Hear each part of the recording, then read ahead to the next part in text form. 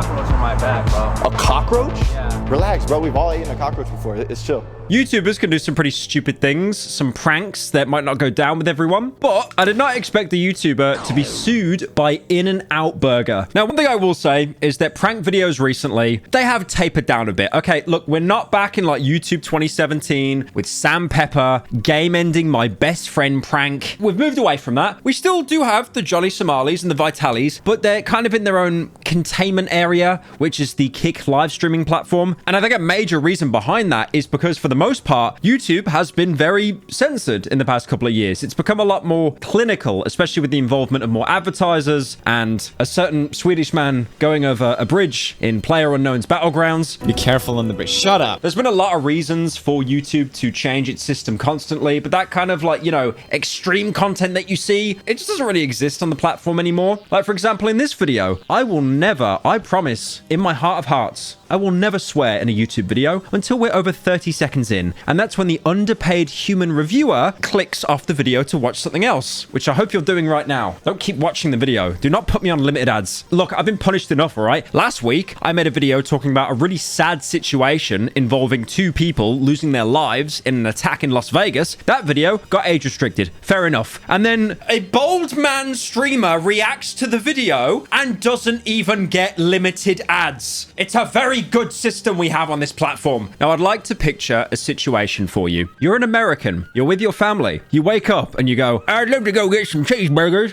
Where we go? In-N-Out Burger. Get some cheeseburgers. Now, imagine you're the father in that household, the patriarch. You've got a son who goes on 4chan too much, and you've got a daughter with a Blue Sky account. Regardless, you're screwed on both sides. You take your family out, you pull up to the In-N-Out Burger, and you're greeted by this man, Brian Arna. Now, Brian Arna seems inconspicuous enough. He's actually a YouTuber and has been doing so for a long time, since 2002, mostly doing skate videos. These would be clips of him doing tricks, opening up and testing new gear, or more recently, vlog content surrounding skating. Now, he hasn't entirely stopped doing skating content, but he has slowed down, and he actually made a video on his second channel where he talked about he's not really enjoying that kind of content anymore. Now, if you take a look at his new channel, he's trying to find his footing. The problem is with Brian, again, I have no issues with him personally. I've got no dogs in this fight, but he has been absolutely brain poisoned and mind broken from, and let's say it together now, the Mr. Beastification of YouTube.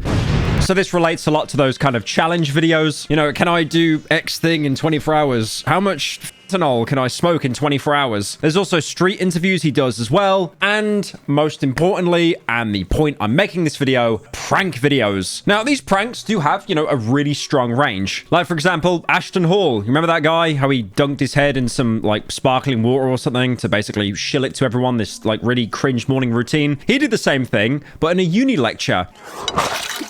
Looking at the board, we got to get to at least 10,000. Or another example as well, where he tried to do stand-up comedy in a city council meeting. LMAO, I might add. The other day, I made a website for an orphanage, but the kids, they had a really hard time finding the homepage.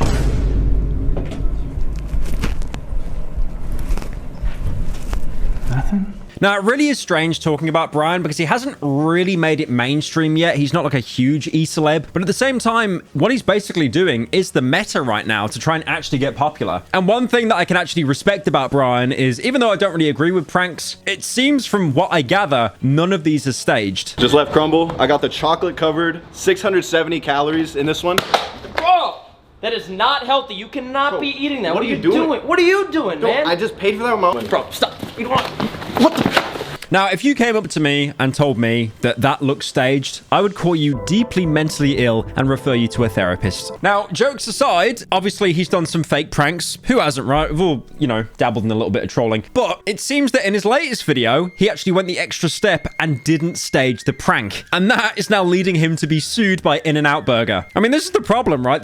With prank channels, it's a double-edged sword. You fake it, everyone sees right through it. You don't fake it, you might get sued. So there's two videos relating to this case that were basically removed from the internet at, like, you know, lightning speed. There was an original video where Arna went around and apparently allegedly committed crimes. And then there was a follow-up response video that he filmed in his car. Now, I'm not sure whether Brian has contact with KGB, MI6, the FBI, the CIA, but these videos were scrubbed from the internet in nanoseconds, and because of his fairly smaller presence, no one actually decided to screen record or re-upload these videos. And this is probably, if anything, a request from In-N-Out's lawyers. So all we really have to report on here is a bunch of journalists that also saw these videos and they don't want to share them with anyone. But on the 20th of April, Brian basically went into a bunch of In-N-Out burgers while dressed as an employee and then posed as he was actually working at an In-N-Out burger to film a prank video. Now, the funny thing is, I've actually covered content creators that have done similar things in the past. I mean, Brian's gone to the extra level to impersonate an employee, but I remember, like, I think over a year ago, I talked about a UK creator, Mizzy, and how he would basically, you know, jump behind stalls and stands, like at restaurants, to be as much of a nuisance as he could. And then even at some points, getting so bad that he would basically go into people's homes, like with the door unlocked. Now, okay, great. It's another YouTuber pretending to be staff. What's the big issue here? Who cares? Well, he was doing it on Easter Sunday. And the thing is, on Easter Sunday, the In-N-Out burgers were actually closed, meaning there was no staff around to actually take notice. It was basically just him inside the In-N-Out burgers on a Sunday where they should be shut. I would love to be home with my family right now, but... You don't have to work. You don't have to take that. No, I'm just kidding. We're not open. I don't work here. It was just a joke. All In-N-Outs are closed on Easter Sunday. Okay. But that's not really how to, approach a customer, right? Well, I'm not an employee. I don't work here. You have the hat, though. Now, again, unfortunately, the videos have just been turbo scrubbed from the internet, but some of these journalists do actually talk about, certain things he said in the video. I like watching my wife sleep with other men. Is that something you would be interested in? And then as well, defendant instructed an agent to loudly complain that there were cockroaches in his In-N-Out food in front of a potential customer, and then told the potential customer that we've had a pretty bad cockroach problem this week. Easter, man. How you doing today? Let me get a double, Brody, and then order fries. Hey, there was a cockroach in my bag, bro. A cockroach? Yeah, like what's going on here? I'm so sorry. We've had like a pretty bad cockroach problem this week. The inspector's coming tomorrow. I need free In-N-Out for the rest of the year. I'll give it to you. Let me just handle this. No, you gotta stop this order. I need a refund. Just 1 second, man. Just 1 second. No, listen. So let me finish this order real quick, and then I'll get right to you. Go in there though with the manager. Well, the lobby's closed. Oh, It's just drive-through today. Bro, I'm sorry. Yeah. Bro. I know you want your In-N-Out, but nah, like, but I'm not that serious. Was the cockroach dead or alive? I ate it, bro. I ate it. It's in my stomach. I'll refund you, man. Just give me a second. Just give me a sec. Relax, bro. We've all eaten a cockroach before. It's chill. 1 sec. That's crazy. Nah, I don't know I'm gonna eat the other thing. Yeah, that's weird, bro. It's not that weird. Defendant then instructed an agent to pull a condom out of an In-N-Out takeaway bag and then asked the customer, "Would you like a condom with your order, sir?" Defendant inquired whether a potential customer wanted to try doggy-style fries, which defendant described as real messy. Defendant and his agents filmed defendant's conversations with In-N-Out customers and uploaded them to his social media platforms without plaintiff's or its customers' knowledge or permission. Among other defamatory, insulting, racially insensitive, bizarre, and lewd remarks made while posing as an In-N-Out associate taking drive-through orders. Now, there are like 10 different examples the courts have basically pulled up here to use as a case against Brian. He basically posed as a worker, messed with people, tried to do the equivalent of clip farming, but as you can guess, the prank didn't really go down well for too many people. Apparently, one of the customers got so tilted they called the police on Brian, but obviously to make an example of him, they had enough and they issued a lawsuit against him for basically impersonating an In-N-Out worker. I mean, I know you can get done for like impersonating a police officer, but impersonating a fast food worker, that's definitely something different. Now, he did do a response video, but that has also been taken down and scrubbed from the internet. But there's been some quotes sourced in some articles talking about his response, and he basically said he was pushing the line of what was acceptable on YouTube while doing it, but it doesn't seem that he cared enough to not actually go through with doing it. You know, it's kind of a weird way to deal with it. Like, oh, I mean, it could be bad, but whatever will happen, it's gonna happen. But yeah, I mean, there's high hopes here that he's kind of learned his lesson, won't take things more seriously. Hopefully the lawsuit isn't too bad. So again, like I said, the defamation lawsuit that's been served to Brian is basically talking about how he impersonated an employee and just said a bunch of out-of-pocket statements to customers. By dressing as one of the plaintiff's associates, defendant falsely represented himself to In-N-Out's customers and potential customers, and to the general public. In doing so, defendant ensured that his remarks, from the purely defamatory to the lewd, unsettling, and bizarre, did not come across as mere jokes by some unaffiliated prankster, but instead reflected directly and negatively on In-N-Out. Basically, and this is the worst thing, if he went into the In-N-Out burger and he did that, remember that guy during the Pickle Rick Szechuan sauce. He like started jumping on the desk going, I'm Pickle Rick, woo! Like, I'm Pickle Rick!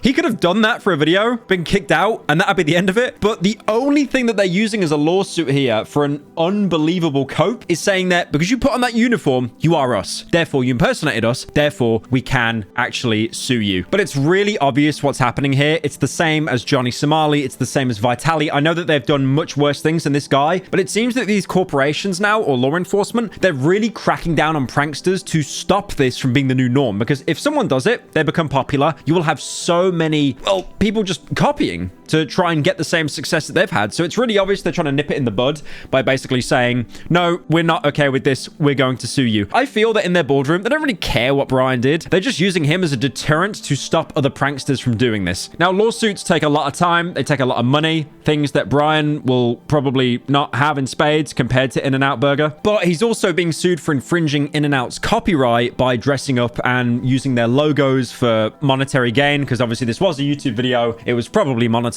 Defendant has infringed and continues to infringe In-N-Out's federally registered trademark rights in violation of Section 32 of the Lanham Act, among other things, among us. Defendant's use of In-N-Out marks in his social media posts is likely to cause confusion, mistake, and deception among the general purchasing public as to the affiliation, connection, association, sponsorship, or approval of plaintiff and defendant, and interfere with In-N-Out's ability to use its marks to identify a single source of goods and services. I mean, it seems that they're going the whole 9 yards with him right now, basically saying like, nope, use the logo, you pretended to be us. For you, it's over. Now, I'm not actually sure if that charge will stick, in particular, the copyright infringement one, because I think he did use it in the thumbnail, but YouTubers use brand logos and similar copyright material in thumbnails all the time. So that could set a really bad precedent, right? Like, you know, if you're a phone reviewer, you've got the Apple logo, you say something bad, they might sue you now. I mean, I'm still kind of reeling in from the Disney Midjourney video. I made a video a week ago talking about how Disney and Universal were suing Midjourney, an AI generation service, because people were just generating AI Shrek and stuff. But again, we are really entering that age now where companies are really trying to protect their identity as much as possible, which is hilarious saying that, by the way, because if you've noticed